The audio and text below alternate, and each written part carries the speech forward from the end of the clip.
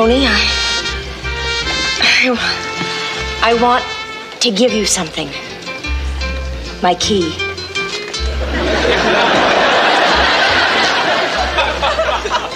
So small.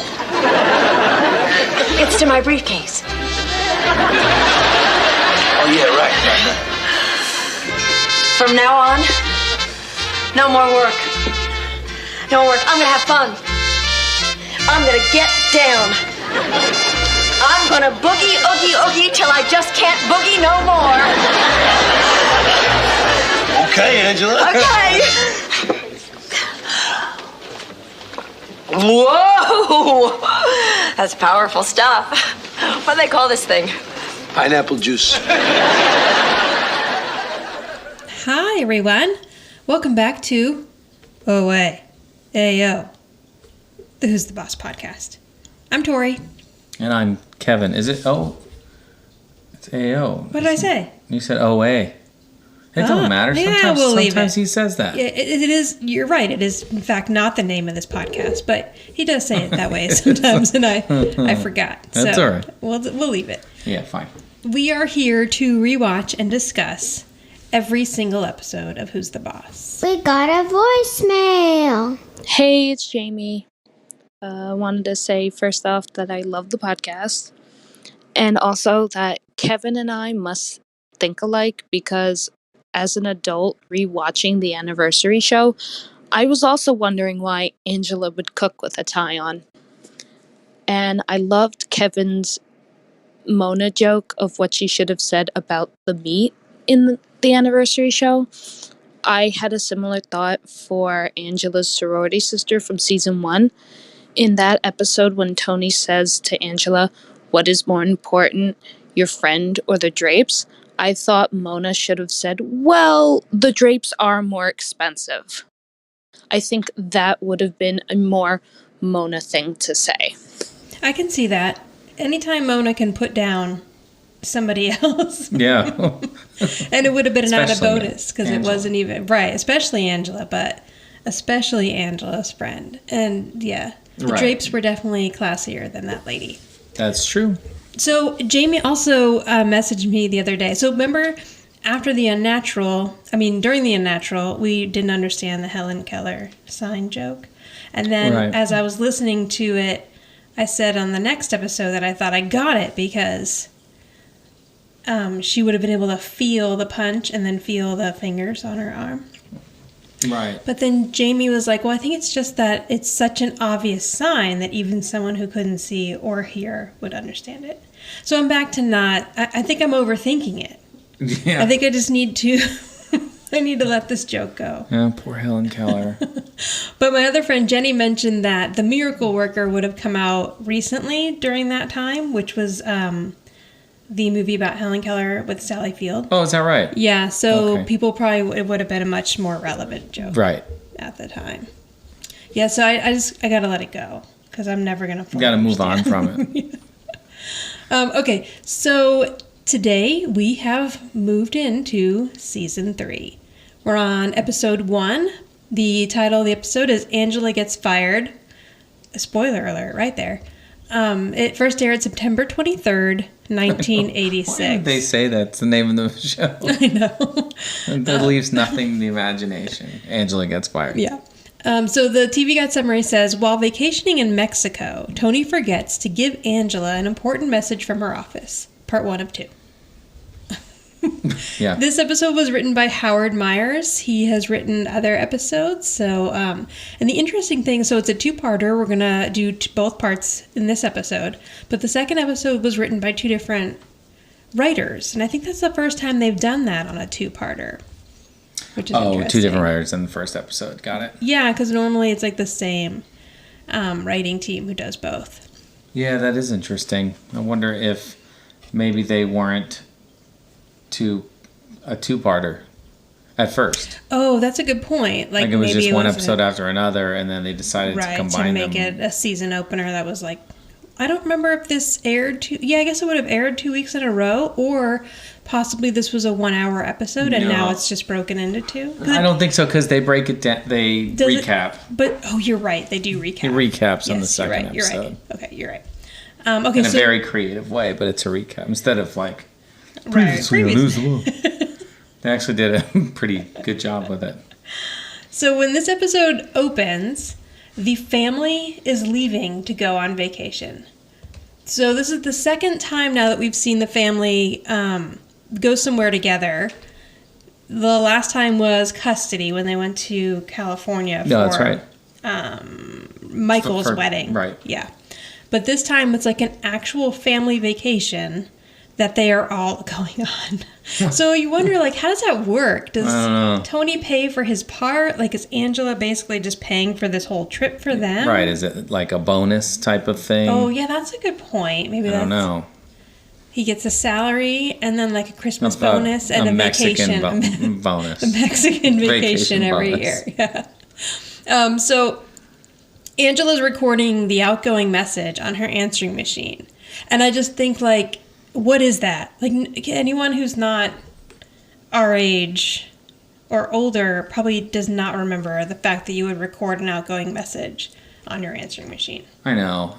And the fact that, I mean, I never had a microphone with my No, yeah, she has a little machine. fancy microphone. No, we just hovered over it. Just hover over and you talked into it. Right. Yelled I guess into rich it. people had, Maybe, fancier yes. people had microphones for their answering machines back in the day. Right.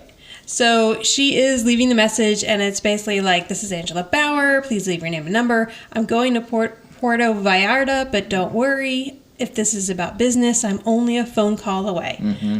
So Tony comes downstairs with some luggage. He sees that she's making the message, and he's like, yeah, and I'll be checking in every 10 minutes.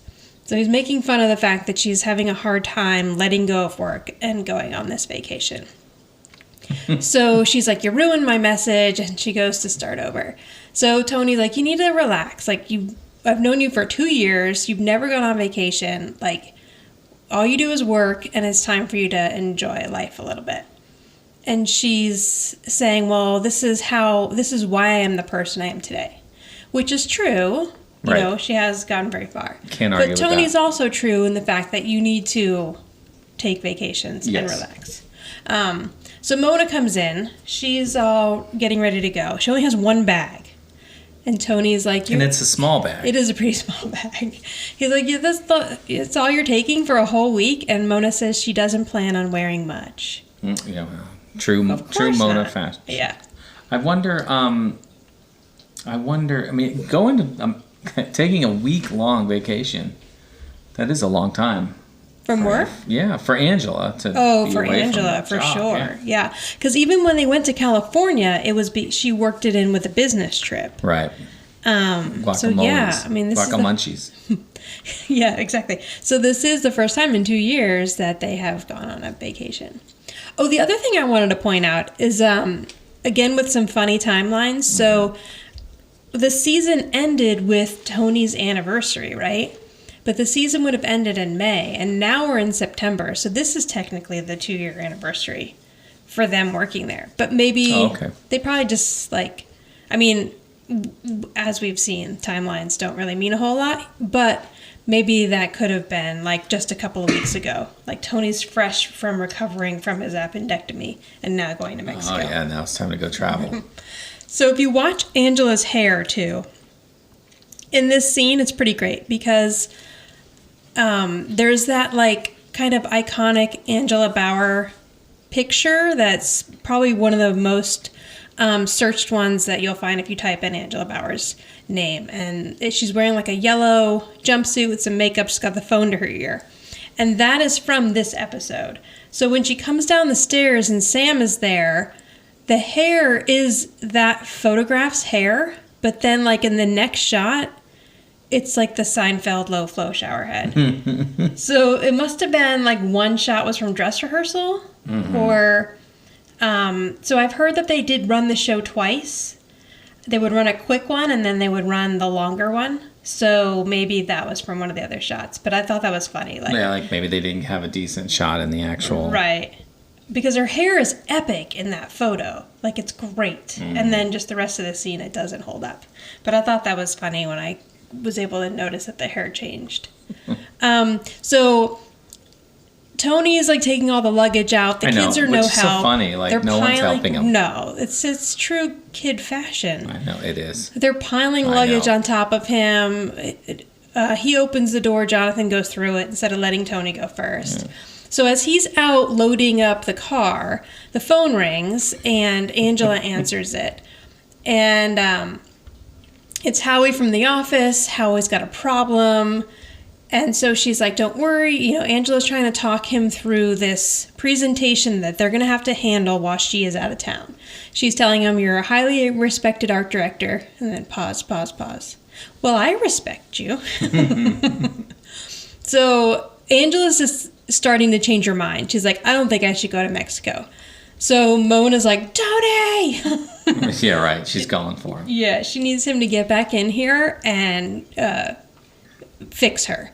So Tony comes back in and he's like, okay, well, that's fine. If there's nothing I can say to change your mind about going, then, and he just picks her up and takes her out the front door. I know, it's pretty awesome. Yeah. And she's yelling at him like, you're fired. So now we have some awesome B-roll of a plane in the air. They did this last time too when they went away, and it was Jonathan throwing up, remember? Mm-hmm. But I forgot to let you know they're flying. This is what... Right. Hang on, I forgot to mention an important note from before they left the house, which is when Mona's telling Angela that she needs to get her priorities straight, Mona says, look at me, I'm going on vacation. And Angela says, Mother, you quit your job. So we know now that Mona has quit her job. Oh, right. Apparently all that work she did on, what was his name?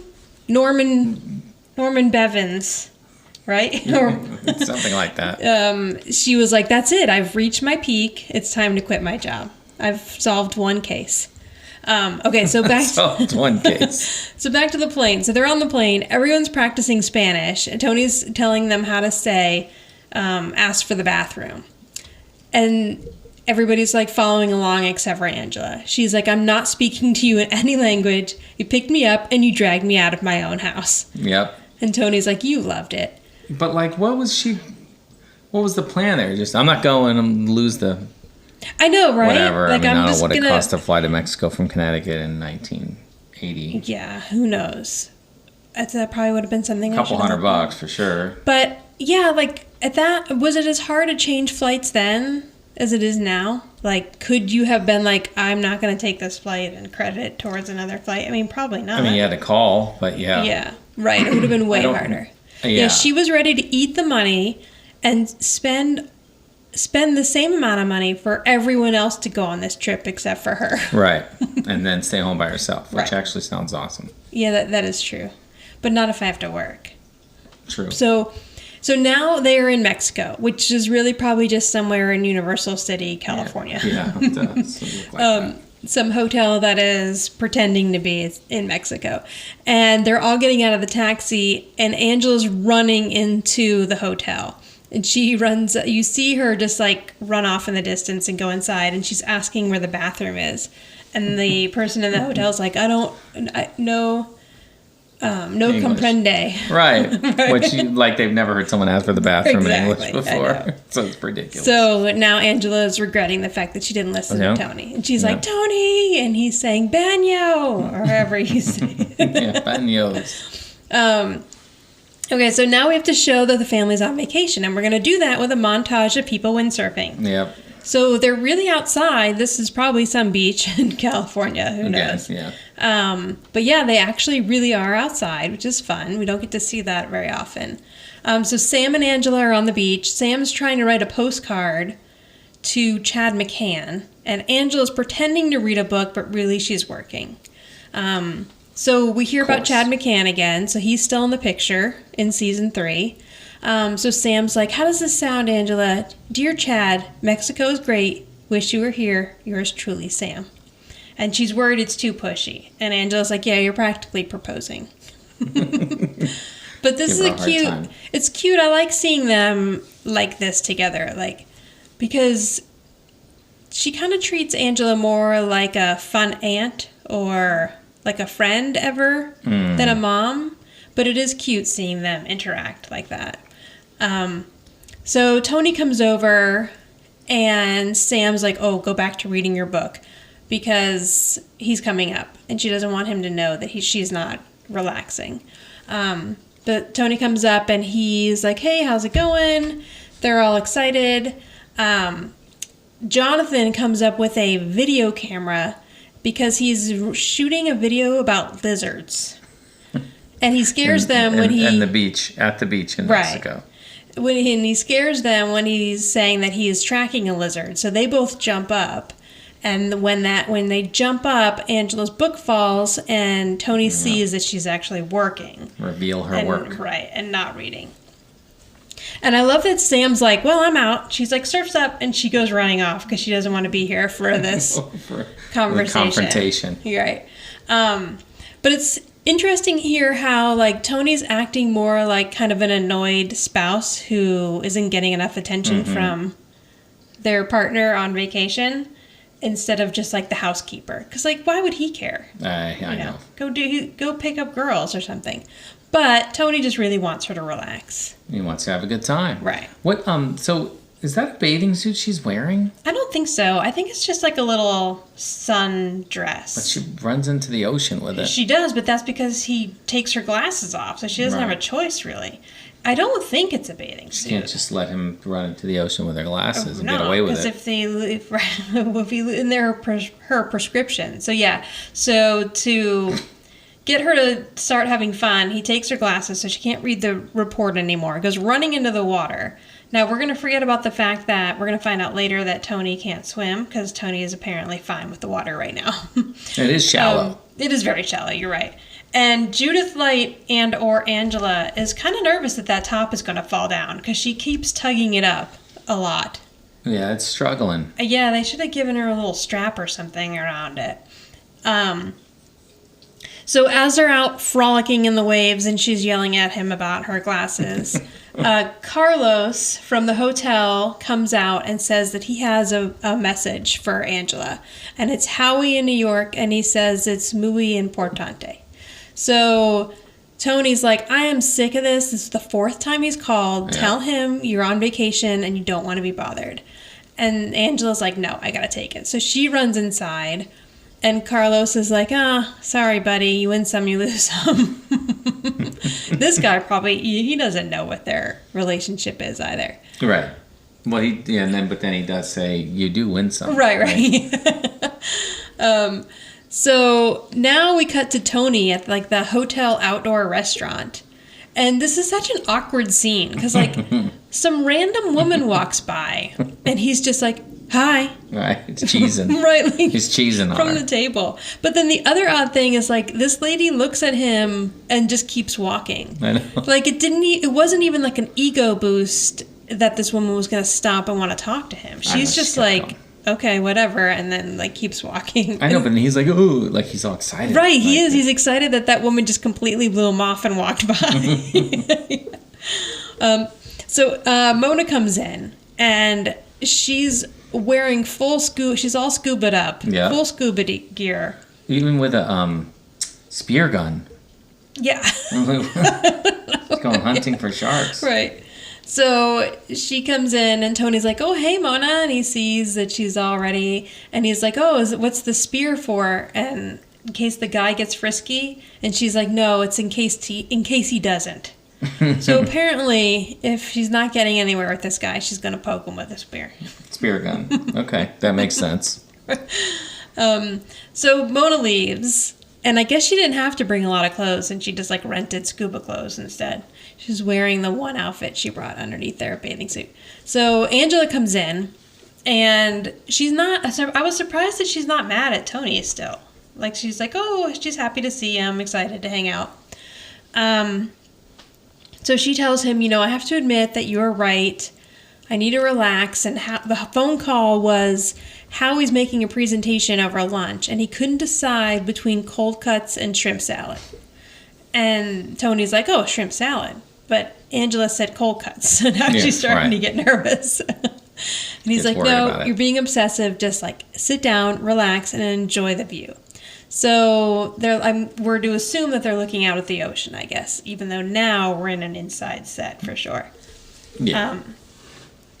Definitely not outside. Yeah.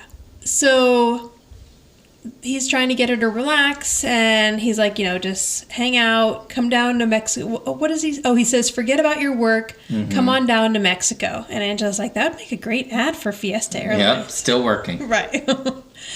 Okay, so we cut to the guys in the office. So it's Howie and Jim Peterson. So I found out something interesting. So Howie Mendelson is played by Howie Stevens, and we've seen him a couple of times before. Yes. So I found out yesterday that he was also like the audience warm-up guy. Oh, that's neat. He maybe was a comedian at the time? Yeah, I guess so. So a lot of comedians would do those. Yeah. But we've seen, because like some of them do several shows, right? Yes. I haven't often seen them like on a show. They'll do a couple of different shows, but they're not ever really on the show. Right. Rarely. Yeah, so that's cool. Except this is the last time I'm pretty sure we're ever going to see Howie on this show. But I guess maybe he was still. It is, right? Yeah, I mean, I don't remember for sure, but she's not going to work there anymore, so I'm pretty sure he doesn't come. See him. Oh, I don't want to spoil the. I don't want to spoil.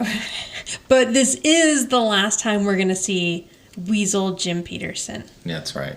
You know that for sure. Right. So this campaign is for a paper company that has like toilet paper, cotton balls, Q-tips.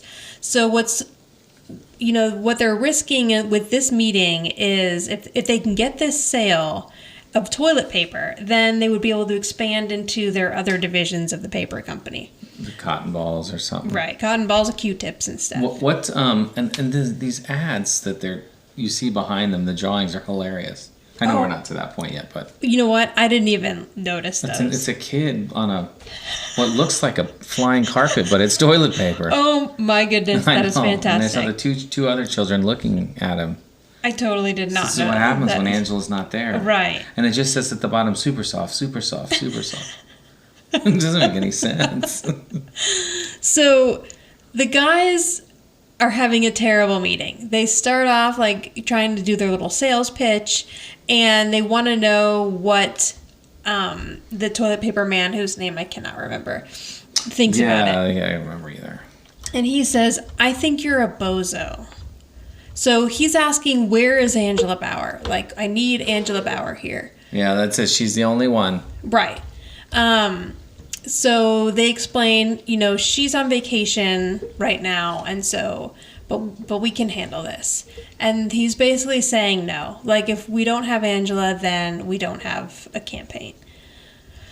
So, first off, like, they can't postpone the meeting for a week once this guy is, like, saying that he wants Angela there. Right. And then... And in a normal world, it would be... oh, you're on vacation. Okay, let's get back, let's circle back next week. And right. No one's going to demand, I don't know. I mean, I know it makes for good TV, but it's so ridiculous.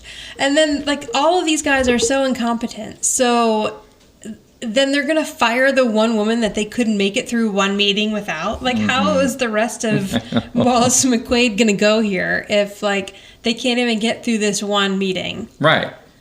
But anyway, back to Mexico. It must collapse after this. Right.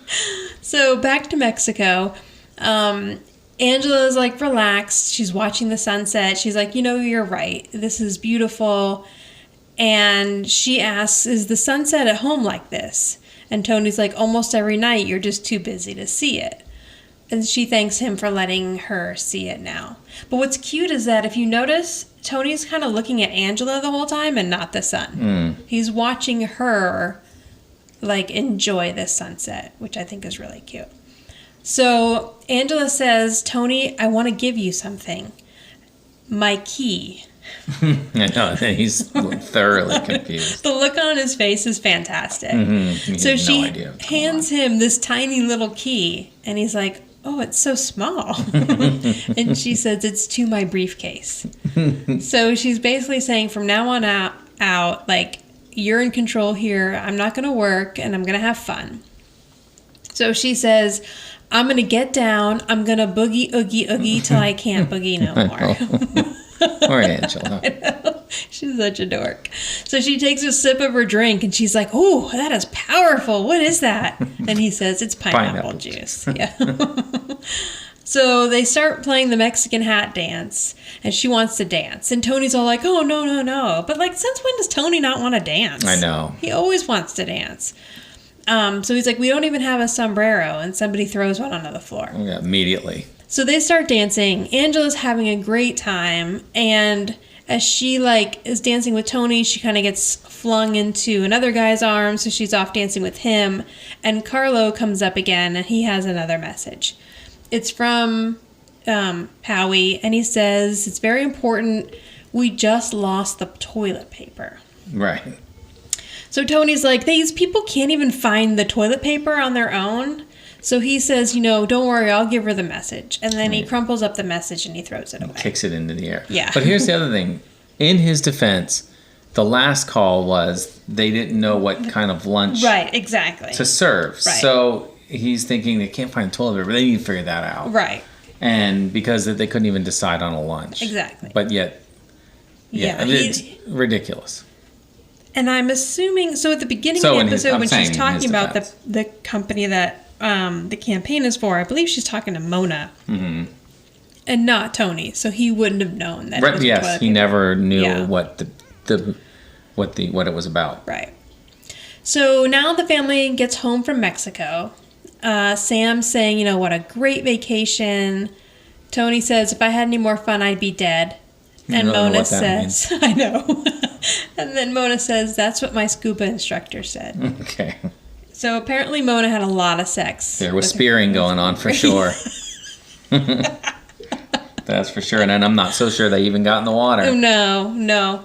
So Angela says, "I really learned something this week. Before, my life was totally wrapped up in my job. And now I have a whole new outlook. My job is not my life is my life." Okay. And Sam's like, "Oh, heavy." It is. So as they're, like, bringing their suitcases upstairs, Angela starts leaking sand. So Tony's like, "What the hell?" And then Jonathan says, "Well, you told me to pack everything." So Jonathan put sand in there because he wanted to put it out in his backyard and keep the beach from That's kind Mexico. of a little kid thing to do, That is, actually. yes, it's very cute. But nobody noticed it until now. We learned that Tony packs for Angela's, but Jonathan packs himself. And he packs sand. So Angela's like, "You know what? That is a great idea. We could have just as much fun here as we had in Mexico." So she decides that they're going to build a pool in the backyard. And then Right. this way they can go out there and have fun and relax and stuff whenever they want to, and not just once a year or once every 2 years on a vacation. So Mona's like, "All right." And Tony's like, "That's really expensive." But she's like, "Loosen up. This is the new Angela." And Tony's Laid like, back Angela. "Yeah." Mona's like, "I better call the pool man before the old Angela comes back." So the kids are all excited. They're running outside to see if where they're gonna put a pool phone in. Sam's very excited. Where Jonathan wants to put the diving board. So they go running outside. And they go, Tony and Angela go to check the messages on the answering machine.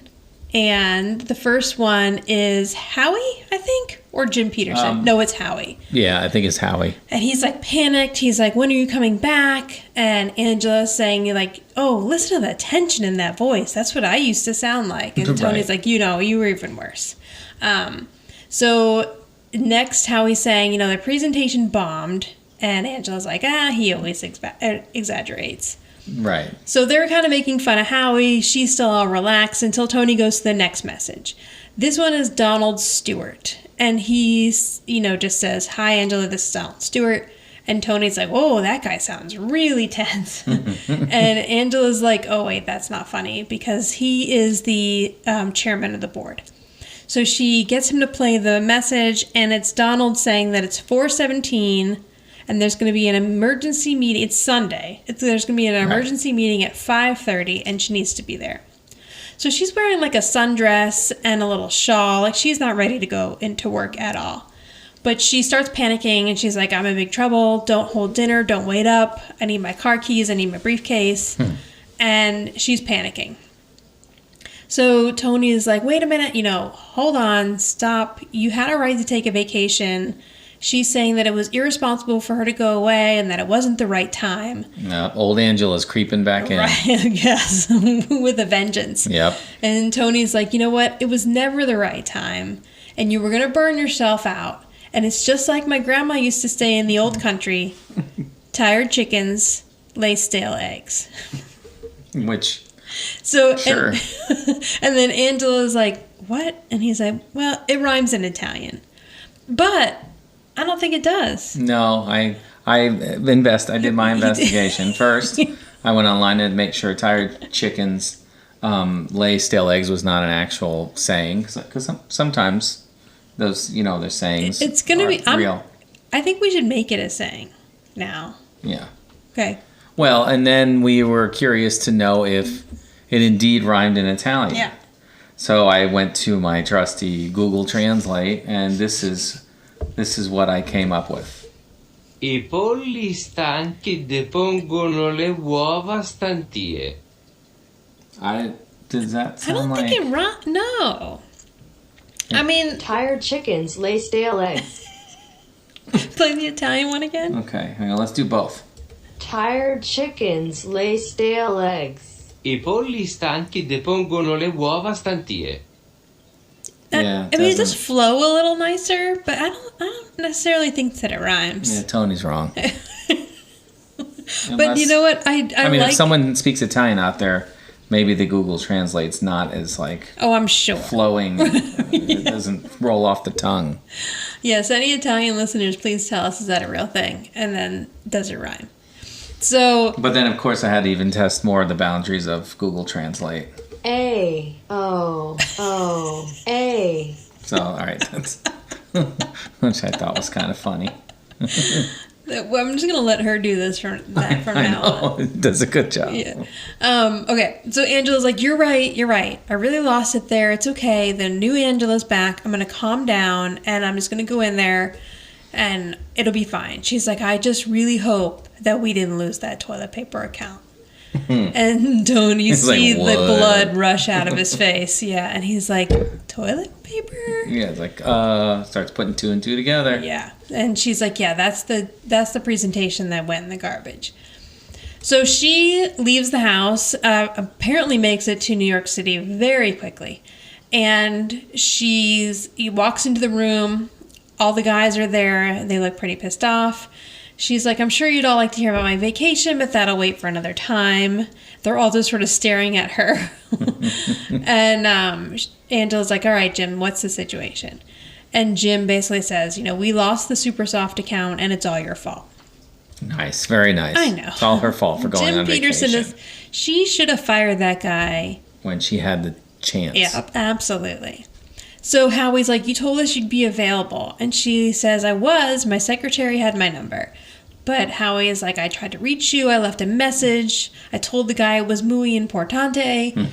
And Angela's like, well, maybe he lost the message. Like, I don't know what happened. So Jim's just like, Angela, we're mad at you. It was the wrong time for you to go away. And Angela's got a little bit of the Tony advice creeping in. And she's like, well, when would be the right time? Right. And Jim's like, it's whenever he says it is. And he points at Donald Stewart, who's the chairman of the board. So Angela's like, I'm sorry we lost the account, but I have a right to take a vacation. You know what they say about tired chickens. I know, right? Which I don't think it translates well. Yeah, no. She's like, well, it rhymes in Italian anyway. But basically, people need to be replenished, and it makes them more creative and more productive and a lot happier. But Donald's like, I think that's a lame excuse. I've never taken a vacation, and I'm very happy. Right, and his face is like he's angry when he says that. That guy's not at all happy. Right. So, I mean, if this was today, and I don't even know, as an adult watching this episode in 1986, I don't know if I would have been like, oh, yeah, that sucks that she got fired. But today you'd be like, this would be a huge lawsuit. Yeah, tremendous. You get paid vacation, you take paid vacation, and if there had been a point where someone had told her before, you shouldn't really go away at this point. I mean, I guess she is the president of the company, but Still. Even still, yeah. It's ridiculous that they would actually fire her for this, especially considering the fact that they couldn't get through one meeting without her. I know. Come on. Yeah, you fire her, then what do you got? Right. Okay, so now we go back to the kitchen, and Mona comes in, and she's like, wow, after all that time in Mexico, I can't wait to have a home-cooked meal. Mona's just always mooching off of Tony and Angela here. I know. And she's excited about the pool. Right, now she's yeah. Because it's her pool now, too. Right. She's got a house out there. Exactly. So she asks Tony, what are we having? And he says burritos. So I know. Tony's a little, distracted because he's worried about what's going to happen with Angela and the toilet paper account. And he says to Mona, I don't really know what to do. And Mona's like, well, you take a tortilla and you put some beans in it. I know. And he says, no. He's like, it's all my fault that Angela lost this account. And Mona's like, it's not your fault. You cared about her and you made her take the vacation because she needed it. And he's like, no, it's because I threw away a message and I realize now that it was important. So Mona's like, she's feeling bad for Tony, but she's like, you know what? If there's anything I know about my daughter, she may be a klutz and awkward, but when it comes to work, she really knows what she's doing. So she's going to figure this out. So at the same time, Angela comes in and she's saying, oh, dinner smells good. She's acting a little awkward. Mona's like, okay, well, what happened with the account? Did you save it? And Angela's like, no. In fact, we lost it. So she tells them, the good thing is, though, that I got some stuff straight and I told them that this was the way I was running my life and this is the way I was running my company and that I deserved to go on vacation. And if they didn't like it, they could get a wimp like Jim Peterson for president. All valid points. Right, absolutely. So they're all proud of her and they're like, all right, what did they say? And she says, they said, congratulations, Jim. So... But then... What? But then, oh my goodness, children are yelling. Yeah. But then, that's when Tony says, you got canned? Right, yeah. Yeah, and Angela says, no, Tony, people at my level don't get canned. I got fired. But isn't that the same thing? It is, but she's just saying, Yeah, you get canned from McDonald's. Right, exactly. You get fired from Wallace and McWade as the president. Or even, I would say, let go. Right. Or laid off is different, so yeah. I'd say let go. She got fired, that's for sure. And then Judith has a really good... Judith's great at, that tearing up. Mm-hmm. So, and I wonder, you can kind of hear the audience, still chattering in the background. So I wonder how long they actually stood there, because they freeze frame, but I feel like they really that was an odd moment. I feel like they really let the scene breathe. So I wonder if she just stood there and continued to pretend she was crying. So that is the end of the first part, and now we'll move into part 2. Part 2.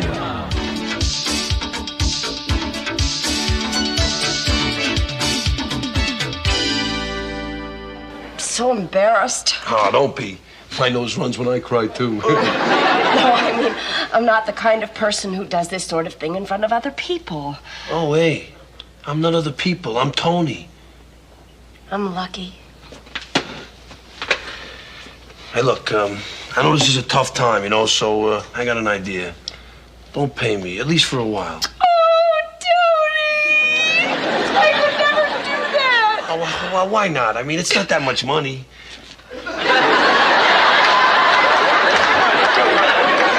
It's a lot of money. I mean, it's very generous. Don't worry about me, Tony. I've got a nice severance, and I've got the savings and stocks and CDs, T-bills, real estate. Great. Could I have a raise? Okay, so we are now on part 2. This episode aired September 30th, 1986, so it was a 2-parter, and I was confused at the beginning. And the TV Guide summary says... You always knew it was a 2-parter. I know, but for some reason I started thinking, maybe this was a 1-hour premiere that they broke into 2 parts. Right. Yeah, that's right. We discussed But it did say to be continued and aired a week later. So the TV Guide summary says, Tony tries to lift Angela's spirits in the wake of her firing and subsequent job search. They failed to mention that it's all Tony's fault in that description. This episode was written by Ken Cinnamon and Karen Wengrod. Okay, so... Oh, now I gotta go back to my notes here. Okay, so when this episode opens, it's the next morning. Angela comes downstairs. She's in her bathrobe. She sees an orange juice on the secretary table that has a little note that says, "Drink me." So she's like, okay. She picks up the orange juice, walks over further in the living room. There's another little sign on some coffee that says, pour me. Mm-hmm. Then she sees a cassette tape, and she's like, what am I supposed to do with this? It's a VHS tape. Right, I know, yeah. What is that? She opens it up, and I like that it has a bow on it. Right. Like it's a gift. This is a gift of me telling you that I got you fired. Yeah, pretty much. We see a rare shot of what the other living room wall would look like. Mm-hmm. And behind the tiny little TV, you can see that the wallpaper matches the other walls of the living room. One really funny thing I noticed about this part of the episode is when she takes the VHS tape, she puts it in straight forward and upside down. Like it's upside down. You're right. What kind of VCR are you putting that in? No, she's just setting that on a shelf. Yeah, right. You're absolutely right. There's no VCR there. But it's like upside down and sideways. That's funny. Not how a VHS tape went in at all. Right, but also, Judith Light, had you ever worked a VCR before? Because you would think that you would be like, oh, I know how it goes in, so I'll just set it on the shelf in that position. In a way that looks like it might be going into a VCR. I know, it's kind of funny. That is pretty funny. So... on the video, she plays the video, and it's Tony, and he's wearing the outfit from yesterday, which is what made me think that this must be the next morning. Mm-hmm. And he's like, I just want you to know that the juice is fresh squeezed, the coffee's fresh ground, and I'm the one who got you fired. And she's like, what did you say? And then he says, I'm the one that got you fired. Right, yes, that's kind of funny. But he says, look on the bright side, you don't have to go back to that office anymore. It was making you uptight, and you couldn't even tear yourself away for a vacation. So now they kind of use this for Tony to retell what happened in the first episode. So as he's going on the videotape... Right, it was kind of, like I said earlier, it was a clever way of doing that. Yeah, that was cute. It wasn't cute. Like previously on Who's the Boss. Yeah. And then they just show clips. This was they did that also... more interesting way. On that's like a thing that this show did, because they also did that in Custody. Remember, he's like out for a jog and he runs into Seinfeld's mom. Oh yeah, and he explains everything. The story to them. Yep. Yeah, Seinfeld's mom. Whatever. I can't remember what her name is. So as he's going through it, we're seeing flashbacks of what happened on the last episode. Yeah, when she's Mexican vacation. Yeah, so when she's done listening to the tape, the front door opens and a little hand comes through, and he's holding flowers that say, forgive me. So he's like, I know you're mad at me, and I know you want to kill me, but she's not saying anything. So he's like, did the cat get your tongue? And she loses it and is like, I worked 10 years for that job, and now it's gone. Why did you do this to me? Mm-hmm. So... he's like, you really needed that vacation. You were headed for burnout. And, you really can't blame me for it. But she's like, yes. So, he did mess up the message part, but he didn't really mean to get her fired. So. Right. I mean, and the way Angela needs to look at it is she was working for assholes. Right. Yeah. I mean... totally. You know what I mean? Like, then that just brought it to light. Right. So in the kitchen, Jonathan and Samantha are sitting at the table. Jonathan's not eating his cereal. And Sam's like, why aren't you eating your cereal? And he says, I'm letting my stomach shrink in case Mom doesn't find another job and we can't afford food. That's so Jonathan. I know. And Sam's like, listen, you're not going to starve in Connecticut. And she says, this is so weird. She's like, haven't you ever heard of happy hour? You can live forever on those little hot dogs and chicken wings. What? It's so I mean, I get it. Yeah, but it's just funny that was her answer. Yeah, traditional happy hours, I think, always have food specials. Right. And or it's, buy drinks and you get free appetizers or whatever. Yeah, I think that's what that means, right? That just seems like something one of Tony's dumb friends would say, not her, not like a kid. Oh, right, yes. Like... yes. because of course Jonathan's not going to go hungry in Connecticut.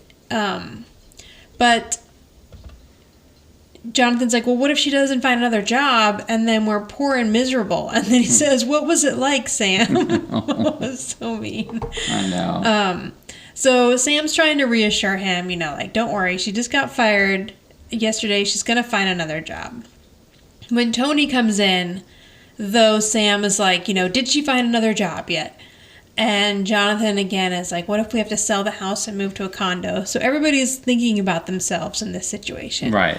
Even Tony, because he's like, this is when Sam's like, I can't move back to Brooklyn without my accent. And then Tony's like, all right, you twos sit down. You twos sit down. He keeps saying you twos. All right, you twos. Yeah, so he's trying to get them to settle down, but at the same time, he's like, what about me? So I know everybody's concerned about themselves because obviously the only person who brings money into the house. Yeah. So this was a really interesting storyline for them to explore because I feel like, it was inevitable for us to have an episode where Angela loses her job because she is the head of the household. She is supporting, her son. She's paying Tony's salary, which also supports his daughter, and her mother's a mooch. So, and we're going to find out here that Mona's not paying rent.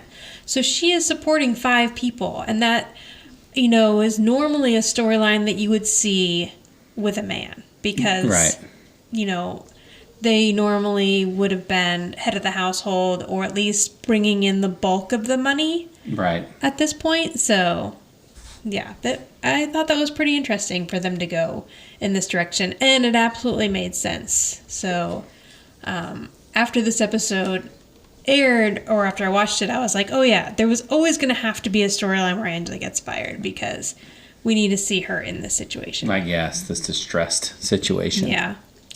So, meanwhile, Angela's in the living room throwing the flowers that Tony gave her into the cabinet by the stairs. I know there's gonna be a rude awakening. At some point, someone's gonna be like, "What's that smell?" Right. It's gonna be Tony. It's Maybe it'll be like potpourri. Tony's gonna be like, "Why are there flies around this cabinet and something smells?" And it's gonna be those dead flowers in there. I know. So angry. So Mona comes in. She asks how Angela is, and Angela's like, "I'm terrible because I just found out Tony is the one who got me fired." And so immediately Mona goes into that mode of how do I protect Tony as much as possible. Right. Always. Yeah. And so she's like, well, have you thanked him? Thanked him for not killing yourself with work and all this stuff. So she's really trying to put the spin on here and stick up for Tony. But also Mona should be quite worried as well because as we found out, she quit her job. She's living there. That's right. Yeah. What is happening? Why would she quit her job? You wonder why? Yeah. I think it's just because to set up what's going to happen in the end. Yeah, you're right. That's exactly what it is. So, Mona says, you had a great time on the vacation, so this will pass and it's going to be fine. And Angela's like, it wasn't that great. I'm starting to peel. And Mona's also stressing, you didn't lose your job because Tony threw away a telephone message. You lost your job because you had the integrity to stand up to them in that office and tell them that you weren't going to be treated that way. But Angela again is like, why did I do that? That was so stupid. I should have just kept my mouth shut because I lost the best job of my career and I'm never going to find anything as good. So Mona gives her a pep talk in Mona fashion where she starts off strong, like you used to come home from school and say you failed and you were always so worried that you weren't going to graduate and you ended up being valedictorian. You said you wouldn't get a date for prom. Well, that's another story. Right. Always has to throw a dig in there. Yep, always at the end is a dig. But the point is, as she says, you always come through, you're a winner. So Angela's like a little touched, and she's like, oh, I didn't really know that you felt that way about me. I don't know how you would, because your mom's a jerk to you 97% of the time. How would you ever? But Mona says, I have to, I'm your mother.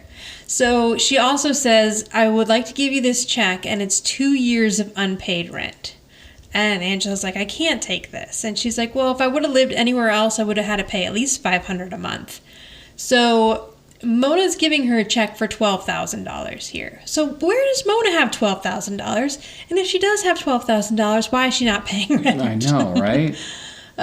Which I looked up, and it would be $28,000 today. Wow. Yeah, that's quite a bit of money that Mona's sitting on there.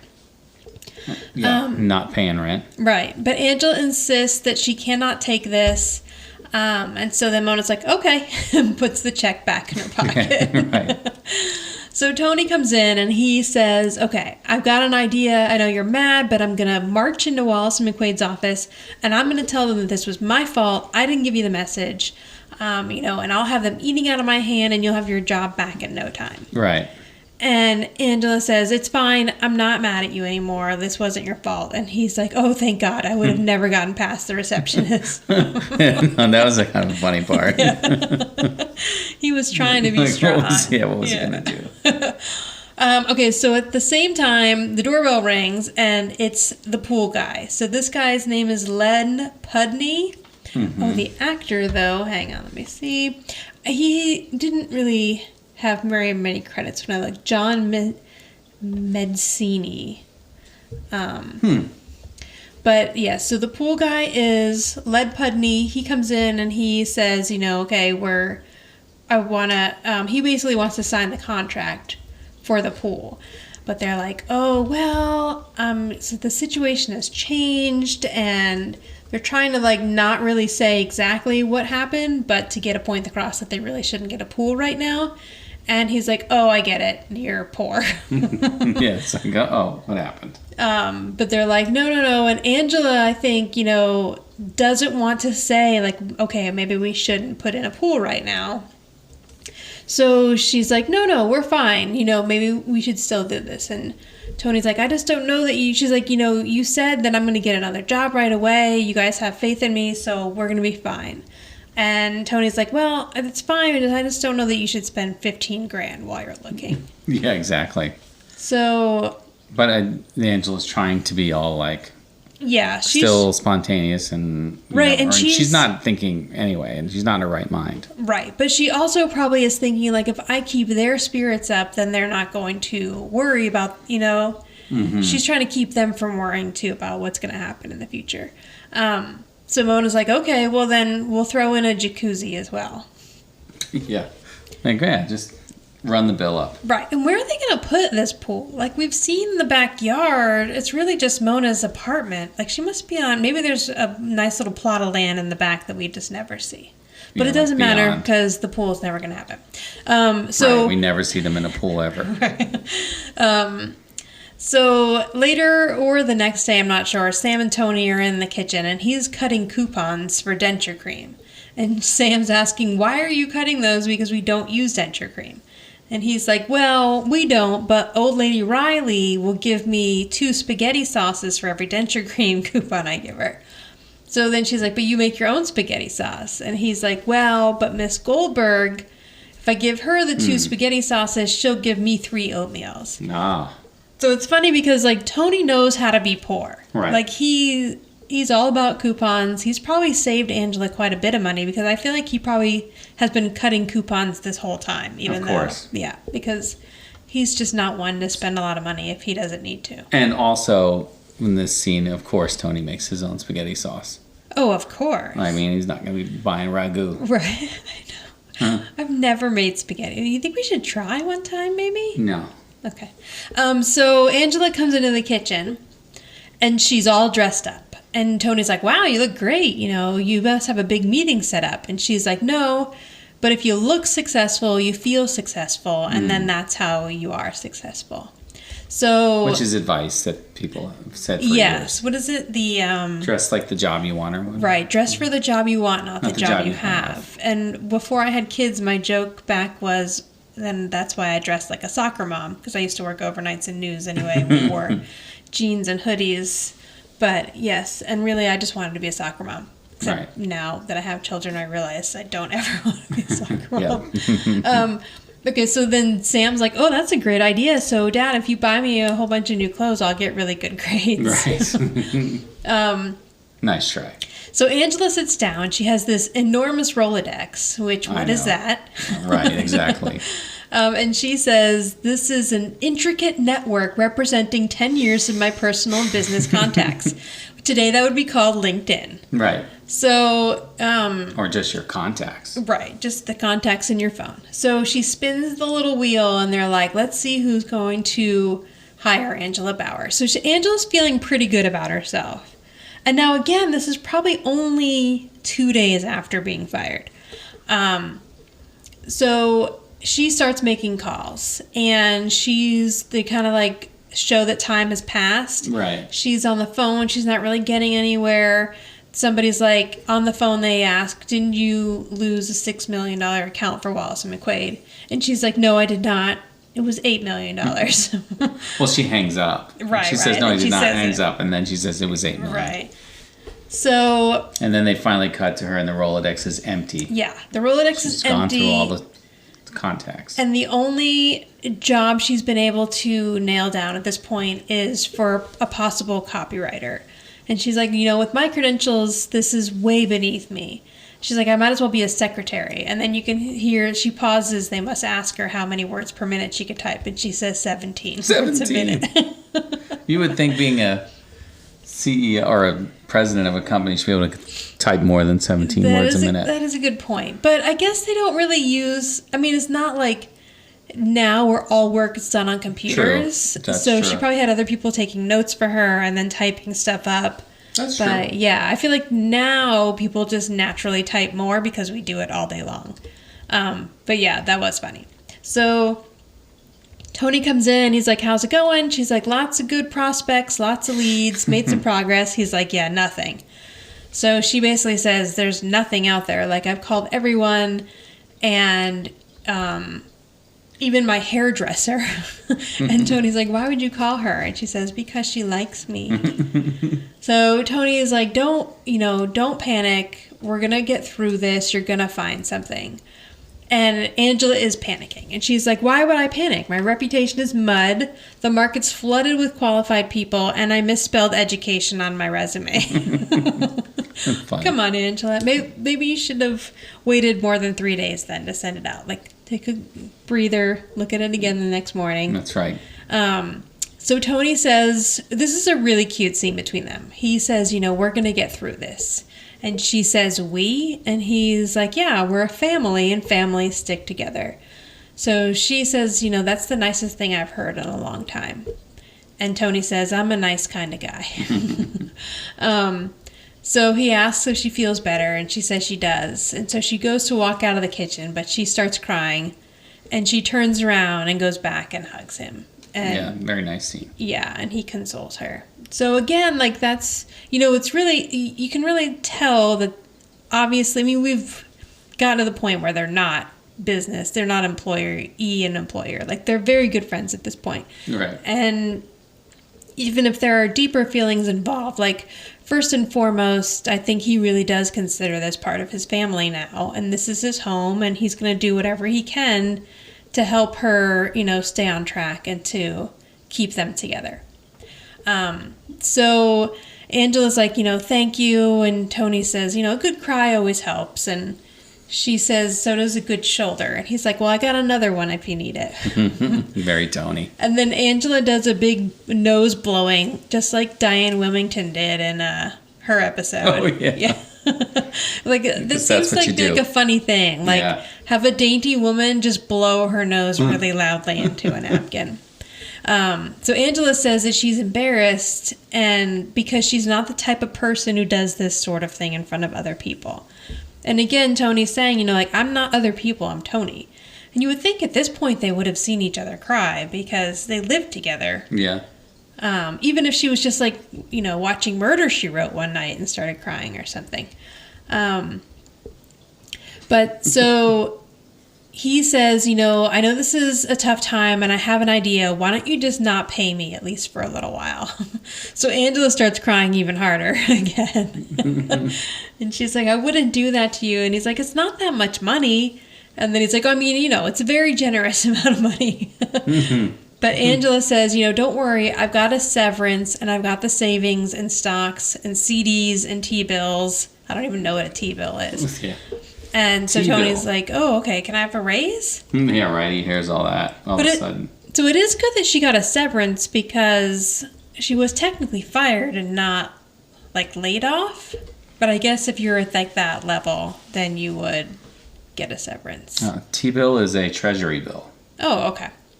Yeah, so, I mean, Angela's pretty secure, but who knows how long she can sustain that household. Yeah. Without. Without. I mean, a lot of people relying on her. Right. Mona's not making any money. You know what's funny about this scene too, which I'm noticing is, and it's very Angela. There's a row of like cookies on the table. Like, oh, I didn't know during that. all the distress. Oh, she's been sitting there eating yeah. cookies. I think there's even like a cake or something. But yeah, there's like a little row of cookies there in the corner. That is very Angela. Yeah. And now I want a cookie. Yeah, okay.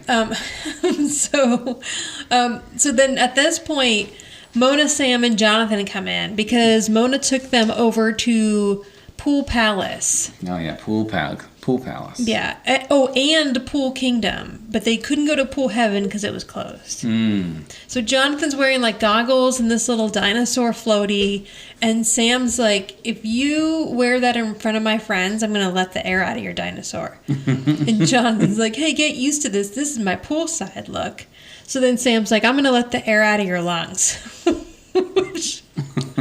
And so Angela's like laughing over the fact that her kid's just been threatened with death. Like, it's just funny how on TV it's just funny to hear like somebody say that to another kid. I know. If it was your kids, you'd be like, don't talk to your sister or brother that way at all.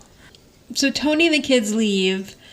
Mona sits down and she tells Angela she got her something. She got her some candy because when Angela was a little girl and depressed, candy always cheered her up. Yeah, I believe it. Yeah, right. So yeah, that plays into the fact that she's already had cookies and cake. Mm-hmm. But also, like, Mona has to know that Angela had an issue with eating a lot of cookies and cake when she was depressed. So maybe that's not the best way to cheer up your kid, but it's Mona. Yeah, it's Mona. And at first, Angela's like, well, Mother, life isn't that simple anymore. And then she realizes there's caramel. So she eats it and she does feel better. So she basically tells her mom, you know, I've called everyone. There are no jobs in advertising. And then Mona's like, well, maybe you should consider another field. Like, you're very bright. You're a creative woman. And I did think about that. Like, she probably could have done, like, some freelance consulting or something for other people. But I don't really know what it was like back then. She says, you know, I don't have anything. Mona's like, I don't really know of anything at the moment of what else you could do. But she says, you know, that she used to be a personnel counselor, and Angela's like, I don't need counseling. But Mona says, they all say that, but let's just do a little bit of a test to see, like, what kind of jobs you would be good at. So, I like that they both get up and then Mona takes her seat. I mean, what happened there? She likes that one better. So she says, would you rather climb a mountain or eat a hot fudge sundae? Angela says, climb a mountain. I can't talk. Climb a mountain. Mona's like, very good. Compulsive liar. Yeah, exactly. Come on. How many times in the past year have you had sexual relations? I know. Why did she ask that? And Angela's like, what does that have to do with getting a job? She's like, nothing. I was just curious. I know. Why is she curious? Lay off. Because she's Mona. I know. And the answer is, I think, what did she say? How many in the past year? I think that's 0 for Angela, unless there was... Oh, wait, I don't know. I mean, unless she did sleep with Hunk of the Month guy, and I don't even know when the timing was. But we don't know. We're going to say possibly 0. Possibly 0. So now we're at another day. Angela's gone out for a job interview. Tony's setting up champagne and has a hat and a noisemaker. Like, really? Who does this for someone coming home from a job interview? And you don't even know if they got it or when? not. Right. So Mona comes in and she's like, is it New Year's Eve? And I don't have a date. And Tony's like, no, this is for Angela. Like, she's going to come through the door any moment and say that she got a job. And Angela does walk through the door just then. And then they're like, okay, what else? And she says, hello. And they're like, okay, what else are you going to say? And she says, I got a job. So Tony's pretty proud of himself that he predicted this. So and the flowers are back they're back on the... Oh, he found them? The sideboard there or whatever. That's good. good. I think he dug them back out. Right, nice. Very good, Tony. Maybe Angela felt bad and went back and got them out. Maybe. So Mona wants her to tell them all about the job. She says it's with Sterling and Simpkin. And they're like, oh, that's exciting. It's even bigger than Wallace and McQuaid. Mm-hmm. And it is. She's like, but I'm not exactly the president. And she says that she's actually a copywriter. So Tony's like, I know I'm not very good with corporate titles, but that sounds really bad. And she's like, well, I'm head copywriter. And Tony again is like, that sounds really bad too. Gosh. So they ask her, why would you take a job so beneath you? And she says, because it's all I could get.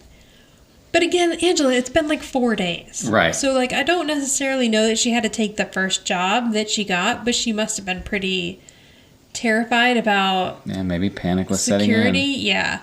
But also, I have a feeling that if Angela did go to this company as head copywriter, she would work her way up pretty quickly. Because with her as soon as they experience. realize, how dedicated to her job she is and stuff, she would have moved up. But anyway, so she goes into the kitchen and the pool guy's there. So he's like, just the person I want to see. And he throws all these tiles in front of her. And he's like, you need to pick out a blue. It's all different sorts of blues. Angela's overwhelmed. She's kind of upset. She's not feeling very great about herself right now. And she's like, I don't know. This is going to have to wait. But the pool guy says, well, sure. But may I remind you, you have a large hole in your backyard filled with men paid by the hour. Yeah, right. So they actually got to the point where they dug a hole in the backyard, and then we're never going to see pool or we're never hear gonna about see. the pool again. So do you think that they just have a pool from now on, or they filled that hole back up with dirt? I don't know. I'm thinking they filled just the hole back up with dirt. Yeah, they just don't acknowledge it. So yeah. Yes, we will never hear about a pool in this backyard ever again. Never. So Tony comes in, and then the pool guy's like, oh, just the person I wanted to see. And so he tries to get Tony to say what color blue they should pick. But he's like, this is really Angela's department. But he can see that she's like not in a good space right now and that she doesn't want to make any decisions. So he kicks the pool guy out. So yeah, he's like, okay, get out of here. Right. He says, we'll have to get back to you on it. I think we want it to match the drapes. Silly. So Tony's saying, what's wrong with you? You can't make a simple decision on picking a pool color, and you took this nowhere dead-end job. I wouldn't really say it's a nowhere dead-end job. I know. Say, copywriter sounds awful. Right. Well, it sounds better than housekeeper, Tony. Nowhere dead-end job. Yeah, it sounds better than no money coming in. Right, exactly. Okay, so Angela's like, well, I got fired, remember? And so he says, it's not the end of the world, and sometimes these things work out for the best. Like, look at me. I never thought I'd find anything better than playing second base for the Cardinals, but now I'm a housekeeper. I know, which makes no sense. I know, but to him, he really means it. Like, yeah, he gets to be with his daughter. Yeah, true. He gets to, coach her teams and be involved in the PTA. Like, I don't think he minds being a housekeeper. He's good at it. And, his end game was being able to spend as much time with Sam as possible. So that's true. I mean, you're comparing, yes, being a baseball player is probably great, but at the same time, this is a joy too for him. Right. So yeah, I mean, obviously, if he would have stayed playing baseball, he'd have made, I don't know, what do they make? $1 million at least, right? Well, not then, but yes. Oh, really? $1 million at least. Even a minor league salary is like $300,000 a year. He would have traveled everywhere, but he probably would have really missed out on a lot of Sam's life. And then with her not having a mom, that would have been even more difficult. Mm-hmm. So really, Tony feels like he's being paid to be a stay-at-home parent, and he loves it.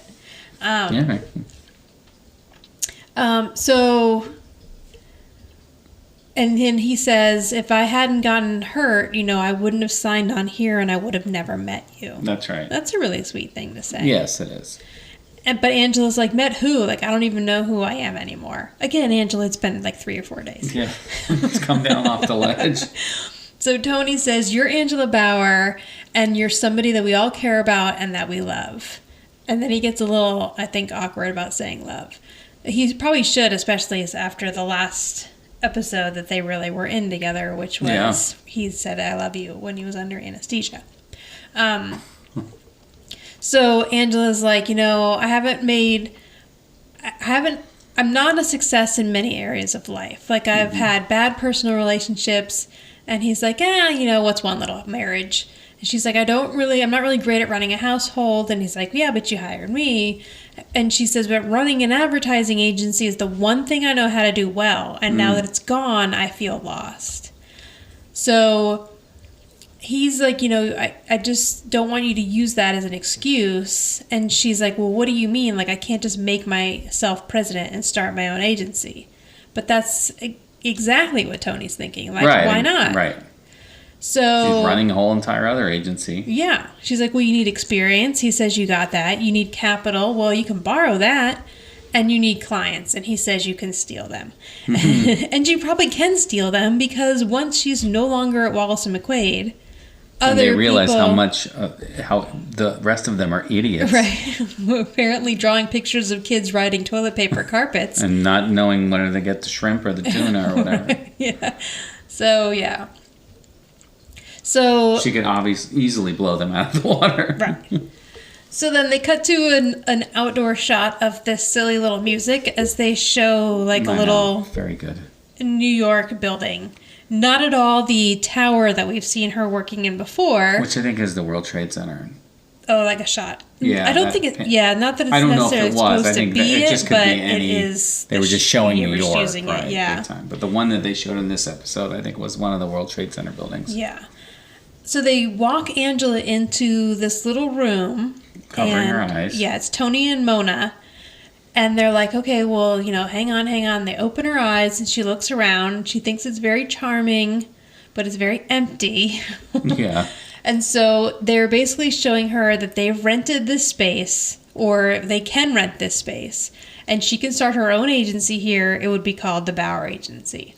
And then now Mona, since Mona quit her job, she's like, well, you've caught me between jobs, so the one thing you need is a knockout secretary. And here I am. Knockout secretary. And Tony offers, he's like, I'll clean, I'll do whatever you need me to get this place together. I'll hang drapes. Tony's very into doing drapes. He's like, you won't have the biggest agency, but it'll be the shiniest. So first, Angela's a little nervous about it, but they can kind of feel she's sort of starting to come around. And then as Tony tries to open up the blinds, they break and fall down. So they all look at her nervously as if she's going to spiral out of control. Yeah. But she doesn't. And she says, Mother, take a memo to have Tony fix that shade. Mm-hmm. Yep. And so that is the start. From here on out, Angela is the Bauer Agency. And is it always in this building? Yes, I believe so. I mean, I think at some point... I don't remember. We'll definitely see some shots this season. I don't know how often we see the inside of this office as the series goes on. But yeah, it is the Bauer Agency from here on out. All right. And that is it. Okay, so do you want to do rating first? Sure. Sure, and I'm rating both episodes, obviously, right? Yeah, just rating them as one episode. Basically one to us. Yes. I give this one a 7.5. Nice. I thought it was done really well. I thought it had a good, it was a good season opener, because, a big shift happened in the Bauer house. So, she lost her job, and now she's starting a new agency. It was moving the show into a different direction. Yeah, moving in a good way, for sure. Yeah, moving it forward. Yeah. And I thought that was good. And Tony, even though he was the one who helped her lose the job, was very supportive, and he kept her on track. Right. Yeah, I agree. I gave it an 8. And for many of the same reasons, I thought it was a strong opener. What's interesting is that they shot 3 episodes before this one, but it was never supposed to air in that order. I think just because of shooting locations. Right. Yeah. Like this had exterior. Right. Maybe that's and why. And outside stuff. Yeah. But yeah, I thought it was a really strong season opener. It kept the momentum going from their relationship shift, I think, that we saw at the end of the second season. Just kind of continuing to grow on that. There were a lot of really sweet moments where they're really saying, they're really showing now that this is a family. and not so much just a living situation. Yep, and it made everybody think that we're much closer to them getting together. Right. I mean, Yes. you know, for the people who watched it I back know, then, yeah. People, little do they know. Yeah, they're like, oh, all right, maybe just This is this season. This season's it. And no, hold on, guys. Nope. Only awkward moments. Who's the boss around here? Me? Or my mother? Or maybe it's you? So I went with Tony for the boss. I feel like we probably have the same boss. Because even, like, Tony picked her up, dragged her out of the house, wouldn't let her work as much as possible. He did mess up by throwing away the message, but then he was willing to try to go down there and make it right, and he really, you know, helped her. He was supportive of her, and then at the end, he really got her to decide to start her own agency. So yeah. All right. Well, I picked Len Pudney, the pool guy. I really thought his... No, I agree with you 100%. It was definitely Tony. I mean, he was running the whole thing. He tried to help her with the Rolodex and and he tried to keep her spirits high all the time, and you know, and then he was supporting her. We'll get through this, and she was like, we'll get through this. Right. And so I think he made her feel like she wasn't alone. Oh yeah, that's a good point. And he just made her, you know, kept it going, and I think that's why he's the boss in this episode. Nice, very good. I like it. With Len Pudney as a close second.